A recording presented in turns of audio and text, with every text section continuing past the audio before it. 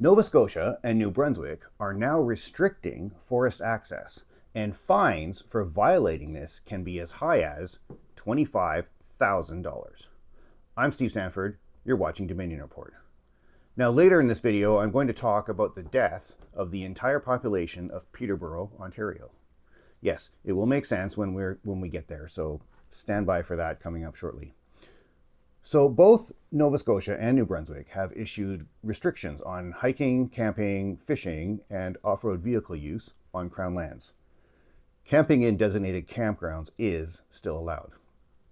The provinces say that this is due to extreme heat, lack of seasonal rain, and the high risk of forest fires.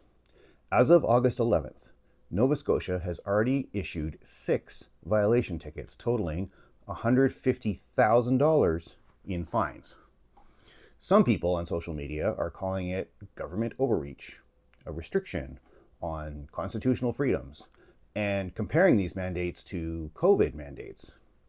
They've been dubbed climate mandates. Climate mandates? Okay, I'll bite. Let's explore this a little bit. First of all, are they by definition mandates? Well, a mandate is defined as an official order or commission to do something, or I guess in this case, to not do something. So yes, these are mandates. And COVID restrictions were also mandates. I think actually that the analogy is fair. As a side note here, I'll remind everybody that COVID vaccines themselves were not mandated. Vaccines were a personal choice then, just like they are now. There were some restrictions on some non-essential activities for those who chose to not be vaccinated. Kind of like, I'm not legally required to put on clothes, but if I choose to not put on clothes, society applies restrictions on me, specifically going out in public naked. Now, YouTube also restricts me from filming these videos naked, for which I'm sure you are all very grateful. Nobody wants to see that on YouTube, just saying. Now, that aside, I think it's worth taking a moment to explore the results of the COVID mandates, and then to see if we can apply that or see what we think about how our opinion is of these new mandates. From a statistical point of view, we are fortunate to be right beside the United States. We can do a literal side-by-side comparison of COVID mandates and COVID-related deaths. I think we can all agree that here in Canada, we had much stricter COVID mandates, and we had them for a longer period of time than the United States did.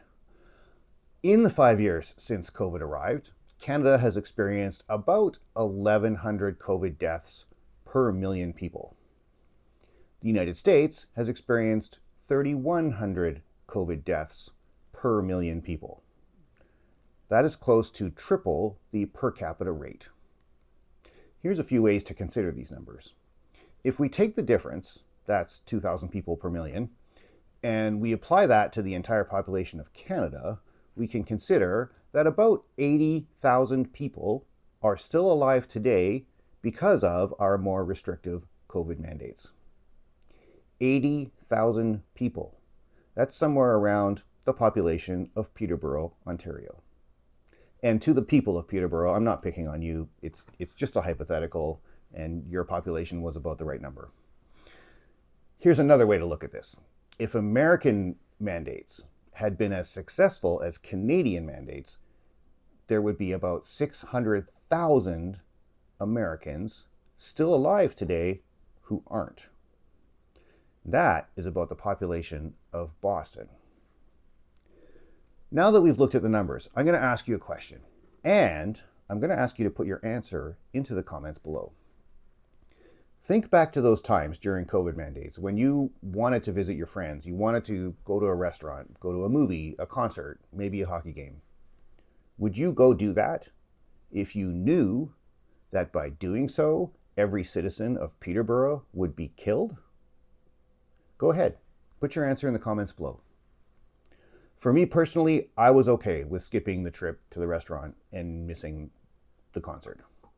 In fact, I had tickets to go to the 2020 Formula One race in Montreal. That included airline tickets and hotel reservations. Didn't get to go. I'm a fan. I've never been to a Formula One race, and I still haven't had the chance. I'm okay with that because my experience going to see a race is not as important as the lives of everybody in Peterborough.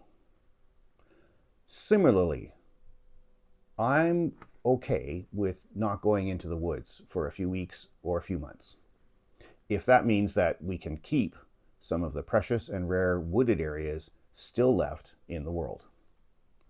Just like saving people's lives, saving parts of our natural ecosystem, crucial to our survival as a species, is important to me.